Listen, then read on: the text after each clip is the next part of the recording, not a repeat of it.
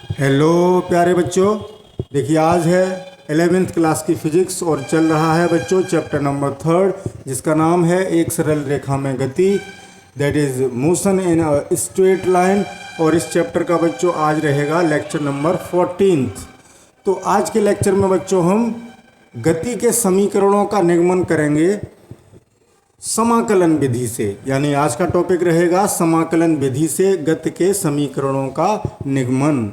हमने गति के समीकरण बच्चों एक समान त्वरित गति के लिए गति के समीकरण हम पीछे भी निकाल चुके हैं ग्राफीय विधि से। तो वो गति के समीकरण हमने बच्चों कितने बताए थे? 3। प्रथम समीकरण क्या था? v बराबर u प्लस AT। दूसरा समीकरण क्या था? s बराबर ut plus half a t square. तीसरा समीकरण क्या था? तीसरी इक्वेशन थी बच्चों v square equals to u square plus twice as। ये समीकरण बच्चों किसके लिए हैं? एक समान त्वरित गति के लिए, यानी त्वरण कांस्टेंट हो, एक समान त्वरित गति के लिए हैं। ये बात ध्यान रखनी है। अगर एक समान मंदन हो रहा है तो यहाँ जहाँ जहाँ प्लस है वहाँ माइनस आ जाता है। ये सब बातें हम जब ग्राफीय विधि से इन इक्वेशंस को पढ़ाया था तब बता दी थी। तो यहाँ पर देखें u क्या है बच्चों? t बराबर u क्या है? प्रारंभिक वेग, यानी at t equals to 0, t equals to 0 पर वेग है। क्या है? u, जिसको हम क्या कह देते हैं? प्रारंभिक। इतना ही लिख देता हूँ बच्चों, आप पूरा लिख लेना, प्रारंभिक वेग है ये, ठीक। और v क्या है? अंतिम वेग, यानी t समय बाद अंतिम वेग। अंतिम वेग का मतलब t समय बाद वेग। ये t बराबर 0 पर वेग था, ये t समय बाद का वेग है, t समय बाद का वेग है। ये क्या है? त्वरण है बच्चों, जो कि इस गति में कैसा है? नियत है। ये त्वरण कैसा है? कांस्टेंट। ये ध्यान रखेंगे। s क्या है?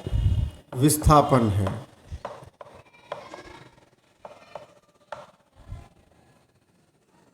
s विस्थापन है। और t क्या है बच्चों? समय, टाइम। बात समझ गए? तो अब इनको हम इंटीग्रेशन की सहायता से कैसे डिराइव कर सकते हैं, कैसे प्राप्त कर सकते हैं, ये बात अब हमें यहाँ पर सीखनी है बच्चों। तो चलिए लेक्चर को आगे स्टार्ट करते हैं। यानी हम किस विधि से इन इक्वेशंस को निकालेंगे? इंटीग्रेशन मेथड से। Integration method.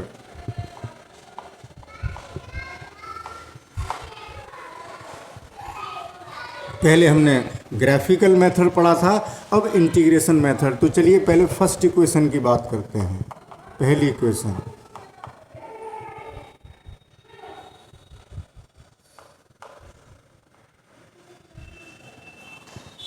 तो देखें पहली इक्वेशन में बच्चों क्या क्या आ रहा है? v आ रहा है, u आ रहा है, a आ रहा है और t आ रहा है। कौन कौन से टर्म आ रहे हैं? एक v का टर्म है, एक u का टर्म है, एक a का टर्म है, एक टाइम का टर्म है।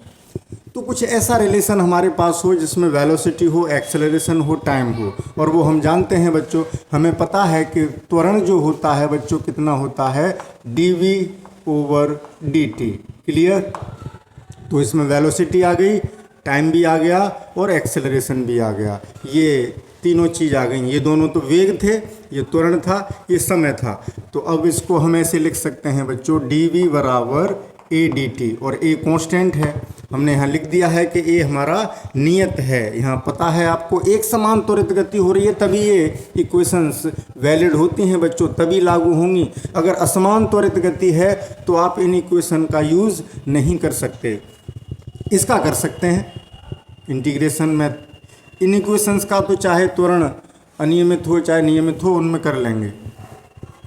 तो dv बराबर a dt, dv बराबर a dt दोनों ओर समाकलन करने पर निश्चित समाकलन कर देते हैं बच्चों, ठीक है। तो देखें इंटीग्रेशन करते हैं। On integrating both side, on integrating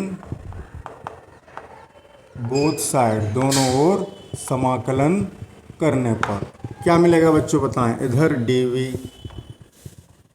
बराबर a कांस्टेंट है बाहर लिख दिया, dt a dt है तो कांस्टेंट को इंटीग्रेशन के बाहर लिख सकते हैं। अब देखें यहाँ लिमिट लगाना सीखें। निश्चित समाकलन हमने आपको पढ़ा दिया है। तो बच्चों देखो, जब वस्तु कोई एक वस्तु ये है यहाँ से चलना प्रारंभ करती है, यानी हम t बराबर 0 ले रहे हैं, तो ये u वेग से चलना प्रारंभ हुई, यानी प्रारंभिक वेग इसका u, और t समय तक चलने के बाद यहाँ आ गई। आफ्टर टाइम t सेकंड इसने यहाँ तक लिए, t सेकंड यहाँ तक पहुँचने में इसको समय t सेकंड का लगा यहाँ तक, और यहाँ पर t सेकंड बाद इसका वेग हो गया v। तो हम ये कह सकते हैं कि जब t बराबर 0 था तब वेग कितना था u, यानी v बराबर u था, और जब टाइम t हो गया यानी t तो v कितना है, अंतिम वेग v है। तो यही लिमिट लगाएंगे, लोअर लिमिट जैसे टाइम की लगाई। टाइम कहाँ से कहाँ तक देख रहे हैं, 0 से लेकर t तक। तो जब टाइम 0 था, अब यहाँ पर किसकी लिमिट लगाओगे बच्चों, यहाँ वेरिएबल कौन है, v, वेलोसिटी, वेग, तो वेग की लिमिट। तो जब t बराबर 0 था तब वेग u था, तो 0 लोअर लिमिट है 0, तो लोअर लिमिट यहाँ वेग की u हो गई। t टाइम बाद वेग कितना हो गया बच्चों, v, तो यहाँ टाइम की लिमिट t है तो यहाँ वेग की लिमिट v हो गई। क्लियर हुई बात। तो उम्मीद है कि ये कॉन्सेप्ट समझ में आया होगा। तो अब इसका इंटीग्रेशन बच्चों, dv का इंटीग्रेशन कितना होगा, v, आपको पता है कि इंटीग्रेशन ऑफ dx कितना होता है, x, ऐसे ही dv का इंटीग्रेशन कितना हो गया, v। क्लियर हुई बात। तो v अब क्या करते हैं, ये हम सिखा चुके हैं पीछे निश्चित समाकलन में, लोअर लिमिट नीचे और अपर लिमिट ऊपर, बराबर a, dt का कितना हो गया t, लोअर लिमिट नीचे और अपर लिमिट ऊपर। अब क्या करते हैं, इस वेरिएबल में ऊपर की लिमिट रखते हैं, तो v के स्थान पर v लिखा, v माइनस नीचे की लिमिट v की जगह u बराबर a t minus lower limit 0। पहले ऊपर वाली लिमिट रख दी t की जगह, फिर माइनस करके नीचे वाली, तो v माइनस u बराबर आ गया at, या हम ये कह सकते हैं बच्चों क्या आ गया, v बराबर आ गया u प्लस at। आ गई फर्स्ट इक्वेशन, पहली समीकरण आ गई बच्चों। देखिए ये वाली v बराबर u प्लस ए टी, कितने आसान तरीके से आ गई। तो जल्दी से इसका स्क्रीनशॉट लें, फिर चलेंगे सेकंड इक्वेशन को हम ड्राइव करना चाहेंगे बच्चों, ठीक है। तो जल्दी से स्क्रीनशॉट लीजिए। अब चलते हैं बच्चों सेकंड इक्वेशन पर, सेकंड इक्वेशन को ड्राइव करेंगे।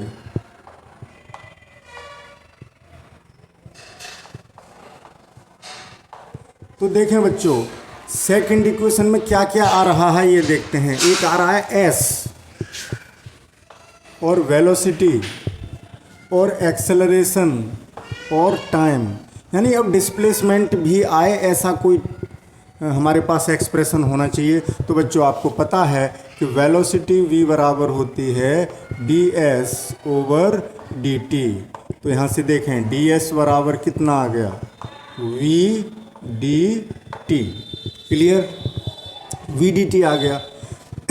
तो ds बराबर v के स्थान पर हम समीकरण 1 से u प्लस ए टी रख सकते हैं, क्योंकि हमें a का टर्म भी लाना है। तो v के स्थान पर क्या लिखोगे, u प्लस ए टी, और हो गया dt। तो अब इंटीग्रेशन कर देते हैं, ऑन इंटीग्रेटिंग, समाकलन करने पर, इतना हिंदी में लिख लेना आप, इतना तो जानते हैं, ऑन इंटीग्रेटिंग बोथ साइड। तो यहाँ क्या मिला, ds बराबर integration u plus A T D T. अब लिमिट लगाते हैं बच्चों इधर टाइम की। तो टाइम वस्तु कहाँ से कहाँ तक चली, 0 समय से लेकर t समय तक। तो बच्चों जब अब यहाँ पर पोजीशन की लिमिट लगाएंगे, तो जब टाइम 0 था तब मान लीजिए वस्तु x0 स्थिति से चली, उसकी पोजीशन क्या थी x0, और t समय बाद उसकी पोजीशन कितनी हो गई x, यानी ये प्रारंभिक स्थिति और ये अंतिम स्थिति हो गई बच्चों। प्रारंभ में मान लो x0 पर थी, यहाँ हम 0 भी ले सकते हैं कि मूल बिंदु से चली, जरूरी नहीं है मूल बिंदु से चली, किसी और दूरी से चली x0 से। तो हम एक जनरल बात कर रहे हैं, तो बात समझ रहे हैं ना। t बराबर 0 पर थी x0 पर, और t समय पर पहुंच गई x दूरी तय कर ली उसने। तो ds का कितना हो जाएगा, integration s, lower limit x,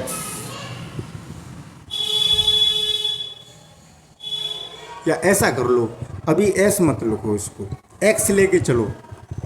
आप कहोगे कि सर आपने तो dx/dt पढ़ाया था, चलो मैं x कर देता हूँ, परेशान ना हो, ऐसे कर लो, v बराबर dx/dt, ऐसे कर लो, कोई दिक्कत नहीं, dx कर लो, यहाँ कन्फ्यूज़न नहीं होना चाहिए आपको। तो यहाँ x की लिमिट लगा रहे हैं ना बच्चों। तो पहले पोजीशन x0 थी 0 समय पर, और t समय पर हो गई x। तो ये dx का इंटीग्रेशन कितना हो गया बच्चों, x, लोअर लिमिट नीचे x0, अपर लिमिट ऊपर x बराबर u, अलग अलग करेंगे, u का कितना हो जाएगा, u कांस्टेंट है, प्रारंभिक वेग नियत होगा उसका, तो u टाइम के रेस्पेक्ट में कर रहे हैं, तो u dt, भाई इसका भी होगा, हमने बताया था कि कई पद हों तो हर एक पद का इंटीग्रेशन करते चले जाओ। तो u का कितना होगा, u t plus a, t का कितना होगा बच्चों, t²/2, ये तो कांस्टेंट है, संग में लगा रहेगा, और t पर 1 की घात है, तो इंटीग्रेशन में क्या करते हैं, 1 की घात जोड़ देते हैं, और जोड़ने पर जो संख्या जो घात आती है वो अपॉन करके उतना ही लिख देते हैं। तो at²/2, लोअर लिमिट 0 और अपर लिमिट t, ये हुई ना बात। बताएं बच्चों, अब आगे बढ़ते हैं, लिमिट लगाते हैं। तो पहले upper limit x minus lower limit x0 बराबर u, t की जगह t लगा हुए, तो ut plus half a t², ये हो गया बच्चों। अब देखें x क्या है, अंतिम स्थिति, और x0 क्या है, x है t समय बाद की स्थिति, यानी अंतिम स्थिति। अंतिम स्थिति का मतलब t समय के बाद की स्थिति, और x0 क्या है, प्रारंभिक स्थिति,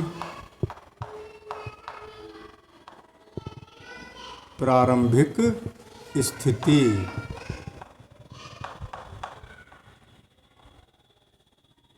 बताएं बच्चों, तो आपने विस्थापन की परिभाषा पढ़ी थी कि अंतिम स्थिति और प्रारंभिक स्थिति के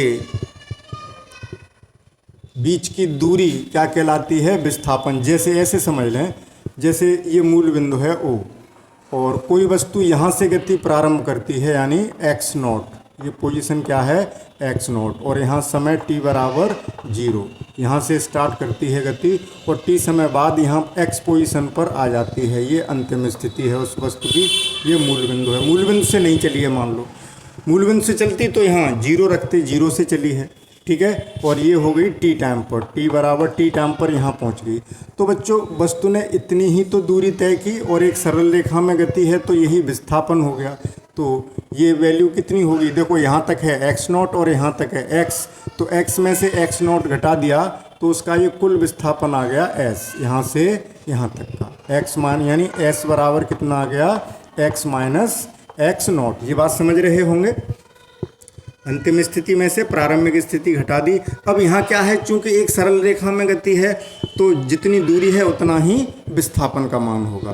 तो x माइनस x0 की जगह हम क्या लिख सकते हैं, विस्थापन s बराबर आगे क्या है, ut plus half at², ut plus half at²। तो देखिए बच्चों कितने आसान तरीके से निकल आई गति की द्वितीय समीकरण, यानी second equation of motion. Clear हुई ना बात। तो इसका भी जल्दी से एक फटाफट स्क्रीनशॉट ले लीजिए बच्चों। अब बच्चों थर्ड इक्वेशन को ड्राइव करेंगे, तीसरी इक्वेशन यानी थर्ड इक्वेशन।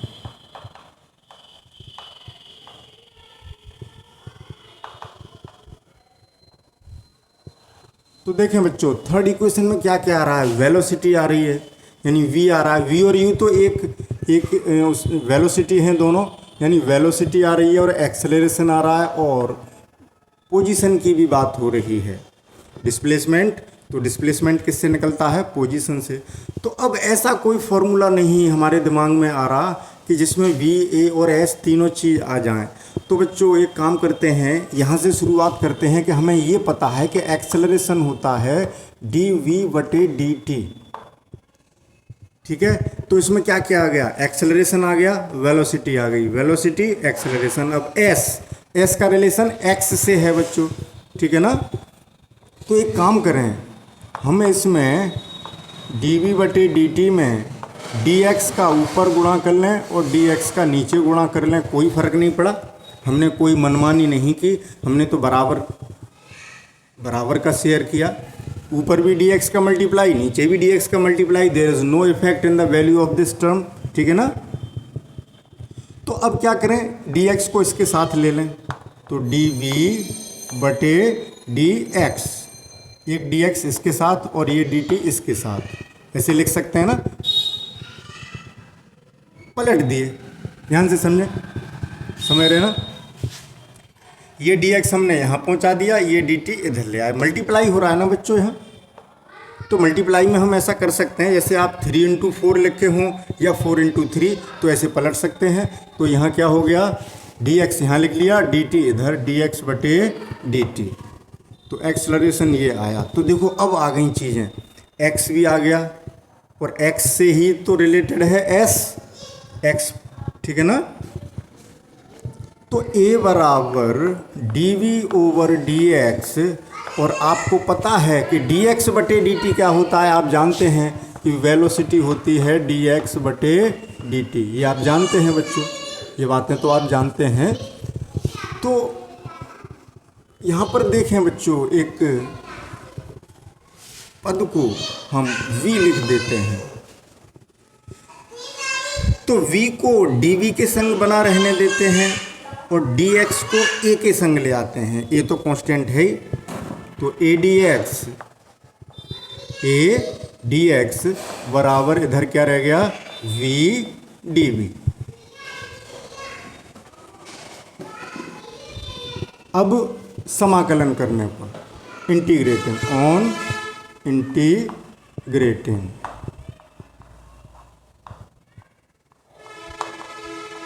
क्या मिलेगा बच्चों, ये बाहर लिख देता हूँ, कांस्टेंट है, dx बराबर v dv। अब लिमिट लगाते हैं।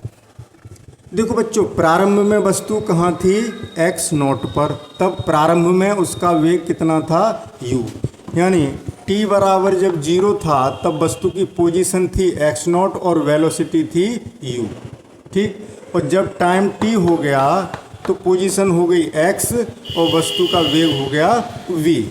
और इस प्रोसेस में, इस गति में, प्रोसेस क्या, इस गति में एक्सेलरेशन है a, त्वरण कितना है, a है। तो देखें t बराबर 0 पर पोजीशन x0, क्योंकि यहाँ पोजीशन की लिमिट लगाएंगे, यहाँ वेलोसिटी वेग की लिमिट लगाएंगे। तो यहाँ t = 0 पर x0 पोजीशन और t = 0 पर वेग u, और आफ्टर टाइम t समय बाद वेग हो गया v और पोजीशन हो गई x। अब इंटीग्रेशन कीजिए,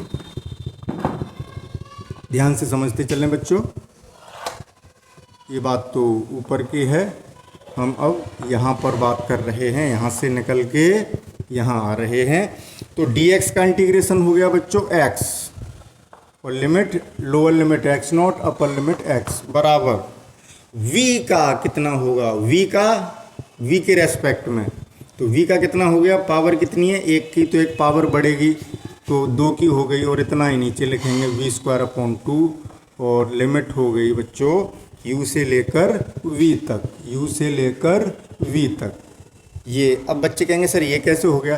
अरे भले आदमी हो, हमने ये बताया था कि एक्स डी एक्स बराबर कितना होता है, एक्स स्क्वायर बटे 2। ठीक है, तो x की जगह v ही तो लिख दिया है, v का v के रेस्पेक्ट में ही तो कर रहे हैं, तो सूत्र तो वही रहेंगे। वेरिएबल का नाम बदल गया, ये रामलाल थे अब ये श्यामलाल हो गए, तो नियम तो वही लगेंगे, लॉज वही रहेंगे बच्चों। तो ये हो गया v स्क्वायर बटे 2, इस तरीके से हो गया। लिमिट लगाइए, x नॉट वो अपर लिमिट x की जगह x minus lower limit x not x की जगह x नॉट माइनस करके नीचे वाली सीमा बराबर, ऐसे ही यहाँ करेंगे। ऊपर वाली लिमिट v की जगह v, तो v स्क्वायर बटे 2 ही रहा, माइनस अब v की जगह u रखोगे तो u स्क्वायर बटे 2 हो गया। ठीक है, और x माइनस एक्स नॉट क्या हो गया बच्चों, अभी बताया था विस्थापन, तो बराबर v स्क्वायर, ओहो ए छूट गया बच्चों, ए बाहर था ना, ये ए रह गया, ए और चल रहा है संग में, ये हो गया विस्थापन और ए तो चल ही रहा है। ये अभी बताया था मैंने कि x अंतिम स्थिति माइनस प्रारंभिक स्थिति जो होती है वो विस्थापन हो जाती है। s बराबर v square minus you square बटे 2, इस 2 का इधर गुणा कर दीजिए, तो ट्वाइस ए एस बराबर कितना मिल गया, v square minus you square. इस पूरे पद को इधर ले आइए, v square minus you square बराबर ट्वाइस ए एस। इस यू स्क्वायर को इधर पहुंचा दीजिए, तो क्या मिल गया बच्चों, v स्क्वायर बराबर यू स्क्वायर प्लस, ये इधर आके प्लस का हो गया ना, ट्वाइस ए एस।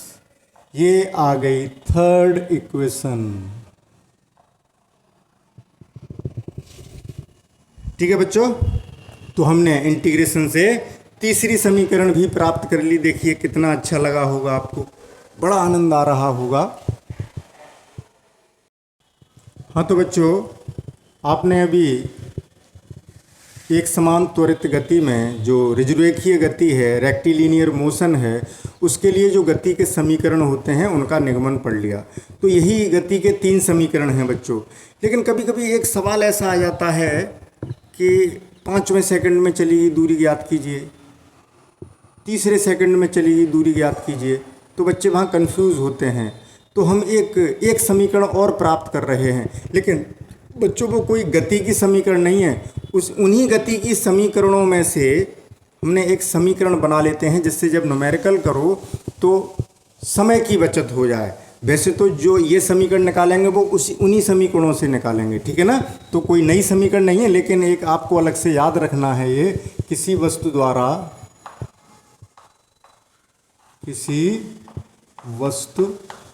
द्वारा टीवें सेकंड में, टीवें, यही इस बात पर ध्यान दें बच्चों। आप कहेंगे सर टी सेकंड में चली गई दूरी हमने निकाली तो थी s बराबर U T plus half A T square. बच्चों वो टी सेकंड में चली गई दूरी थी, अब हम निकाल रहे हैं टी वें सेकंड में। अभी समझ में आ जाएगी बात, समझाऊंगा। टी वें सेकंड में चली गई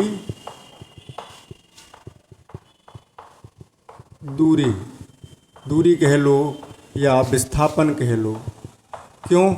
क्योंकि जब ऋजुरेखीय गति है, तो मैंने बच्चों यहाँ लिखा नहीं है, लेकिन आप समझ लें ये सीधी गति के लिए है, जो एक सरल रेखा में हो रही है, तो वहाँ दूरी और विस्थापन बराबर आते हैं, ठीक है ना। तो किसी वस्तु द्वारा टीवें सेकंड में चली गई दूरी का क्या मतलब है? जैसे हमने ये कहा बच्चों, ऐसे समझें कि एक वस्तु यहाँ से 3 सेकंड में 10 मीटर दूरी तय कर ली थी। कितने समय में? 3 सेकंड में। और जब 4 सेकंड हो गए, यानी 3 सेकंड में यहाँ तक आ गई थी, ठीक है, यहाँ तक। और 4 सेकंड में आ गई थी 13 तक, यानी 3 सेकंड का समय जब लगा तब वस्तु ने कितनी दूरी तय कर ली थी? 10 मीटर। और जब 4 सेकंड हुए तब वो वस्तु कितनी दूर पहुंच गई थी? यहाँ से यहाँ तक मान लीजिए 13 सेंटीमीटर पहुंच गई मान लो। ये कितने सेकंड में है? 4 सेकंड में। यानी 3 सेकंड में 10 मीटर, सॉरी सेंटीमीटर लग गए। 10 मीटर दूर थी यहाँ से और 4 सेकंड में और आगे बढ़ गई होगी ना बच्चों। तो अब यहाँ से कितनी दूर है वो 13 मीटर दूर है। तो 3 सेकंड में 10 मीटर चली, 4 सेकंड में 13 मीटर चली। अब हम ये कहें चौथे सेकंड में कितनी चली, तो 3 सेकंड यहाँ पूरे हो गए और यहाँ पर चौथा सेकंड ख़त्म हो गया। तो चौथे सेकंड में कितनी चली बच्चों, 4 सेकंड में चली गई दूरी में से 3 सेकंड में चली गई दूरी घटा दी, तो कितनी चली 3 मीटर, यानी चौथे सेकंड में। ठीक है ना। तो ये तो 4 सेकंड में, हम ये कहें कि 4 सेकंड में चली गई दूरी, 4 सेकंड में चली गई दूरी कितनी है 13 मीटर। और 4वें सेकंड में,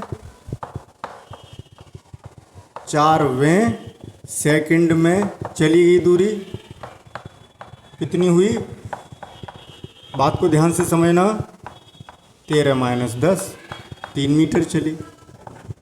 तो अंतर है, 4 सेकंड का मतलब टोटल 4 सेकंड में कितना चली, और 4वें सेकंड का मतलब है कि पर्टिकुलर उस चौथे 1 सेकंड में। तो ये 1 सेकंड की दूरी है जो पर्टिकुलर टाइम है। तो ठीक है ना।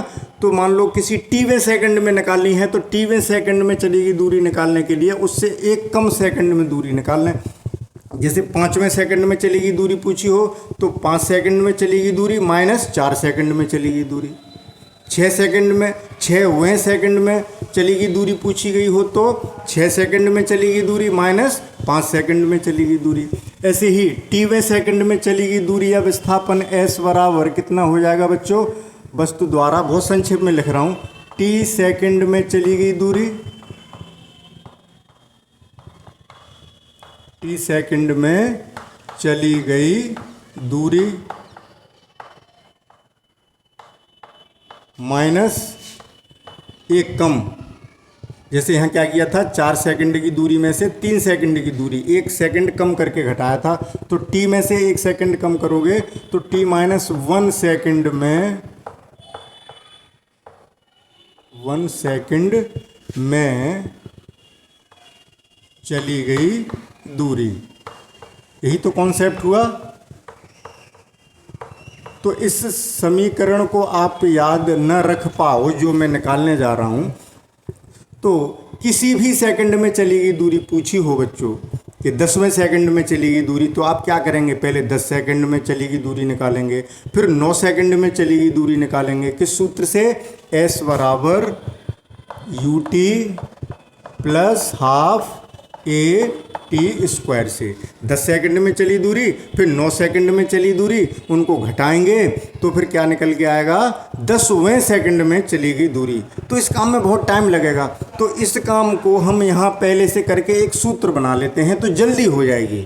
ठीक है ना। लेकिन अगर भूल गए तो अभी जैसे मैंने बताया वैसे कर लेना। ठीक है। तो टी सेकंड में चली गई दूरी बच्चों कितनी होगी बताएं, इतनी। यही तो है टी सेकंड में चली गई दूरी, UT plus half AT square. ठीक।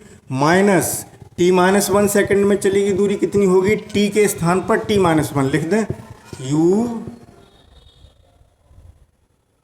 U T minus 1। अब बच्चों यहाँ मुझे ब्रैकेट दूसरा लगाना पड़ेगा क्योंकि छोटा ब्रैकेट मैं यहाँ यूज़ कर रहा हूँ, तो करली ब्रैकेट लगा लेते हैं। UT minus 1 plus half AT के स्थान पर T माइनस 1 का स्क्वायर। यही तो हुआ। इसे सिंप्लीफाई कर लेते हैं तो एक एक्सप्रेशन, एक नया सूत्र, फॉर्मूला प्राप्त हो जाएगा। S बराबर, यहाँ तो कुछ करेंगे नहीं, ये तो ऐसे ही रहेगा, माइनस, देखिए यहाँ u का दोनों में मल्टीप्लाई किया, UT minus U plus half A, या A/2 लिख दें, A/2 लिख सकते हैं। और यहाँ क्या करेंगे, A माइनस B का होल स्क्वायर लगाएंगे तो A square plus B square यानी 1 माइनस 2AB यानी माइनस 2T। यही तो हुआ बच्चों। अब ब्रैकेट खोल देते हैं तो S बराबर UT plus half AT² minus, अभी एक साथ खोलेंगे, UT minus U plus A/2 का सब में गुणा कर दो तो AT²/2 प्लस A/2 माइनस इसका इसमें गुणा करेंगे A/2 गुणा 2T, 2 से 2 कट जाएंगे, कोष्ठक बंद। अब ब्रैकेट ओपन करिए, S बराबर UT plus half AT² minus, अब कोष्ठक खोलना है बच्चों तो माइनस सभी चिन्ह बदल सॉरी बच्चों, क्या कॉम्बिनेशन बिगड़ गया, तारतम्य बिगड़ गया। जितने चिन्ह हैं माइनस वाले प्लस के हो जाएंगे, प्लस वाले माइनस के हो जाएंगे। तो माइनस का UT प्लस का U, क्योंकि ब्रैकेट खोलने से पहले माइनस है ना तो अंदर के सारे साइन चेंज होंगे। माइनस का AT²/2 या 1/2 AT², एक ही बात है, कैसे ही लिख लें। माइनस का A/2 और माइनस का AT, सॉरी ये माइनस का है तो प्लस का AT, ये आया बच्चों, ठीक है ना। अब देखें, हाफ AT² प्लस का है, हाफ AT² माइनस का है, कट गया। UT से UT कट गया, देखिए ये प्लस का ये माइनस का, क्या बचा, U बचा। तो S बराबर U minus A/2 plus AT, यही तो बचा। क्यों भाई, बात समझ रहे हैं। तो बच्चों अगर मैं यहाँ एक काम कर सकता हूँ, 2 का ऊपर गुणा कर लूँ या कॉमन ले लेता हूँ, S बराबर U, या करके दिखा दूँ, बच्चे कंफ्यूज हो जाएंगे। देखो मैं माइनस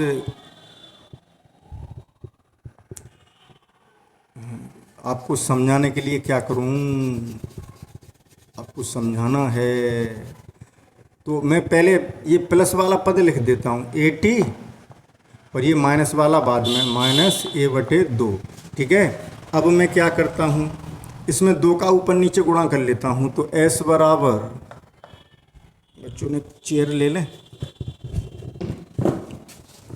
S बराबर क्या कर रहे हैं, इसमें 2 का ऊपर नीचे गुणा, U, बच्चे समझ नहीं पाएंगे कि सर ये क्या कर दिया आपने, डायरेक्ट समझ में नहीं आया। U plus 2AT/2 minus A/2, ऐसे कर लिया, कोई फर्क नहीं पड़ा। S बराबर U प्लस, अब देखो A/2 यहाँ भी है, A/2 यहाँ भी है, ये ले लिया मैंने कॉमन, A/2, यहाँ क्या बचा 2T, और यहाँ क्या बचा 1। तो ये आ गया बच्चों एक्सप्रेशन, तो इससे जल्दी हो जाएगी बस, ये कोई नई समीकरण नहीं है, ये आई तो बच्चों इसी से ही है।